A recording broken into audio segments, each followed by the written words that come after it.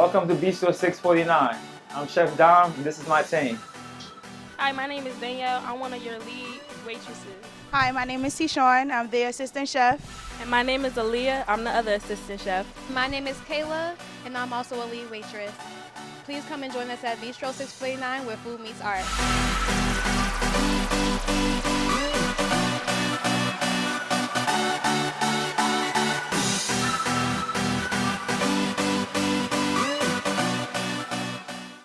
Hey guys, what's up? This is your girl Sasha Nicole, and we are here with the one and only Chef Dom of Bistro 649. Now, with Thanksgiving right around the corner, I'm hungry, I'm excited all at the same time, so we thought, what better place to come than to visit our one and only Chef Dom? So, Chef Dom, you're about to teach us how to prepare one of your signature dishes. Why don't you tell us a little bit about this dish? The dish I'm preparing today is the Moscato Shrimp. I use strawberry Moscato, and I also put a little sugar in it because sugar actually brings the liquor out of it, and then the taste tastes a little better. So sugar and Moscato together. So I'm excited about this dish. So are we ready to get started? Yes. All right, so let's go. Okay. Usually, whenever I season with 3 basic seasonings. Okay. I use garlic powder. And I also use lemon pepper. Lemon pepper, okay. And then the third seasoning that I use is the Cajun seasoning. Okay, now why these 3 seasonings? Because those 3 are actually like the 3 basic things to any, just if you could be making chicken or anything else, you could use those 3 seasonings. Okay. And then the Cajun one, it adds a little spice to it also. Mm-hmm. And you're from the Caribbean, so I know you like a little spice. Okay. I don't eat nothing that's not spicy. Okay. Now you're going to heat up your pan, All right. let it get hot, and then you're going to put a little bit of oil. I usually use vegetable oil. Vegetable oil? Yes. A lot of people think olive oil, I don't use it because it actually burns faster. Okay. Olive oil burns faster? Yes. Okay. All right, so we got our pans all heated up. And you're going to put a little bit of oil, just a little bit, just to coat the bottom. Oil, okay.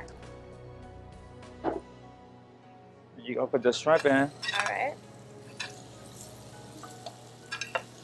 And all you're going to do is, shrimp cooks fast. As soon as one side turns that orangey pink color, then you know it's good. That's always my problem with shrimp, I always think that it cooks like chicken, so I'll turn my back, and when I come back, it's all burnt. Yeah, most people overcook shrimp, and then when you do, shrimp is very rubbery. Right.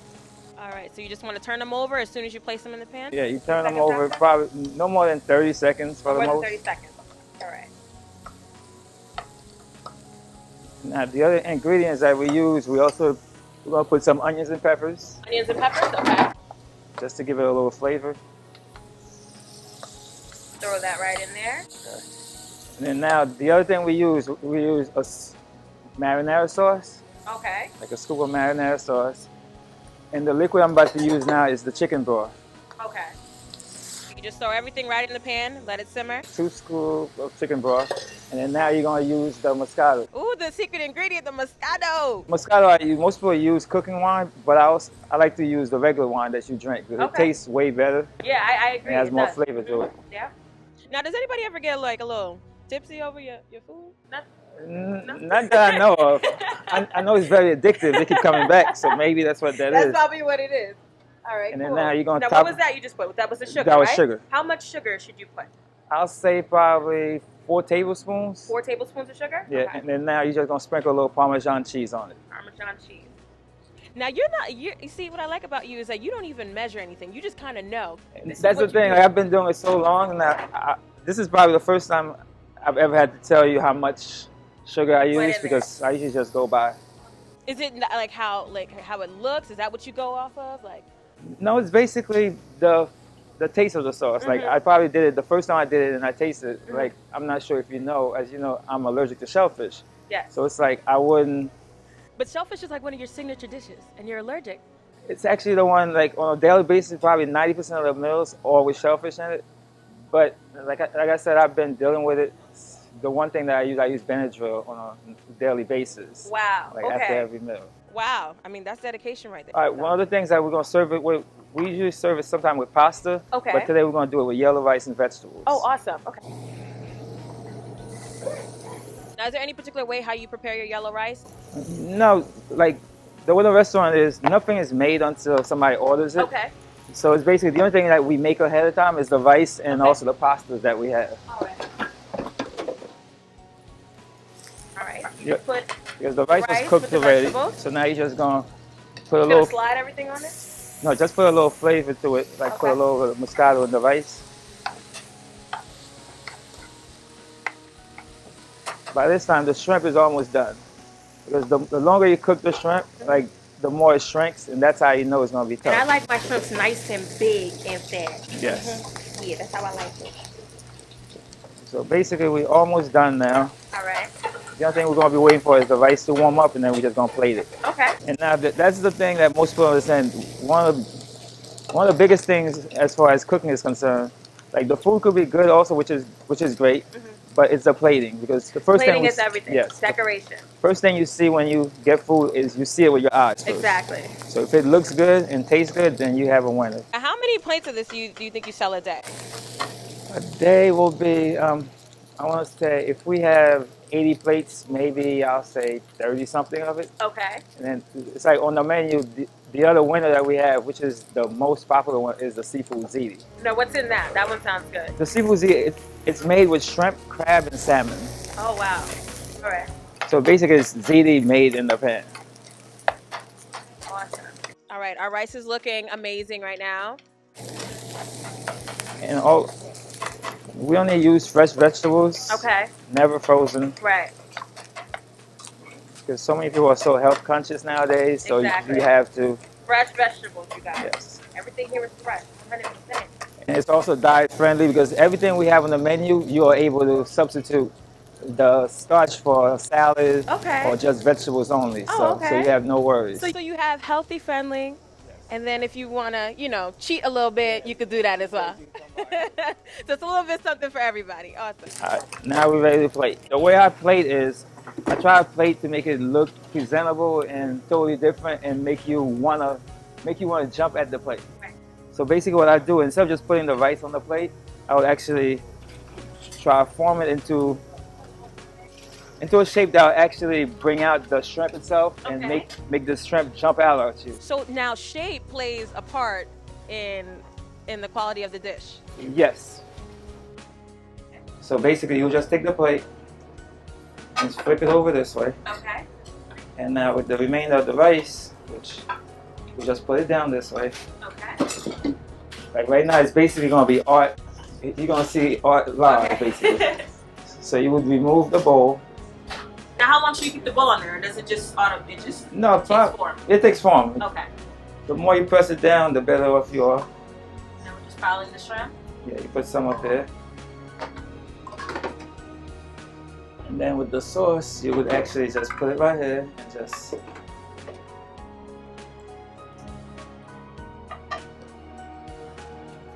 Then you can just top it off with a little bit of parsley, just to add some color. Basically, that's the Moscato Shrimp. Oh my gosh.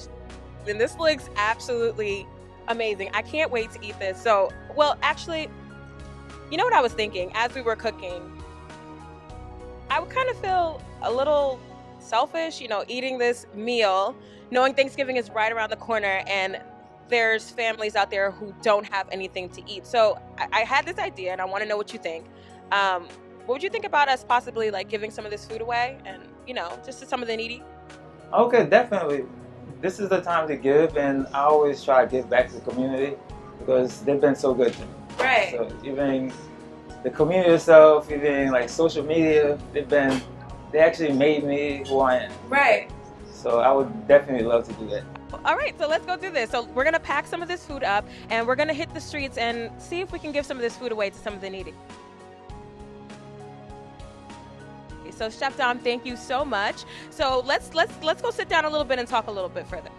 All right, so we're sitting here with the one and only Chef Dom of Bistro 649. Now, we just prepared an amazing dish, your Moscato Shrimp. So first of all, how did you get started with Bistro 649? Bistro 649, it's always been a dream of mine to have a restaurant where I could interact with the people. Right. Because the way the restaurant is set up is I'm right in front of you. There's no back room.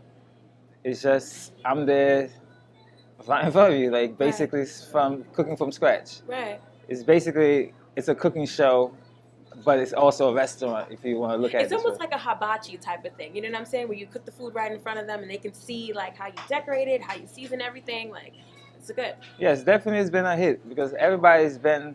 I've actually inspired at least 8 people that came in to become chefs where they're in Right. cooking school now. Right, and Just- your team, like they seem like they're very into it, and you're building like a whole movement with this. So, what made you want to build your business here, right in the heart of Irvington, New Jersey? That was one of the number one key things I wanted to do. I didn't want to. I wanted to make a restaurant that people could be proud of Right. in the inner city itself Right. because I could have done this somewhere else. Yeah. But my thing is, it's like we would appreciate it more in the inner city where we don't have to go to New York City or somewhere else to receive good food. Right. It's awesome. So why don't you talk a little bit about your menu? Now, how did you come up with some of these dishes? I know some of your dishes are like liquor inspired. You have the Moscato, you have the Hennessy wings. So how did you come up with some of these dishes? Okay, like the Moscato Shrimp, for example. There was a day I was at a lounge. Okay. Usually, if I go to a lounge or something, I usually see a lot of females basically will be drinking wine, which I is know that's Moscato, right. Mhm. and then they'll be eating shrimp. So I just said to myself, why not put the two together? And then Okay. came up with Moscato Shrimp. Okay. And now, as far as the Hennessy wings is concerned, that's more for the guys. It's like Men love their Hennessy. yeah, they love the Hennessy and they also love chicken. So I figured let's put that together. I use a little bit of Hennessy and I use a little bit of like a barbecue-based sauce to make it taste sweet, where you taste the Hennessy but not too much. Right. So basically, where it still tastes good, and you just have the alcohol in it. That's amazing. Like how you had to do a little bit of science to kind of create your menu, but you did it catering to what you actually saw going on in the lounges and the clubs and stuff like that. That's amazing. So I mean, I would just want to say thank you for allowing us to come in today and allowing us to take some of your amazing dishes to actually give back to the community. So why don't you tell people where they can follow you at, social media, all that good stuff? As far as social media, all my social media's name is, you could follow me at Chef Dom Creates Okay.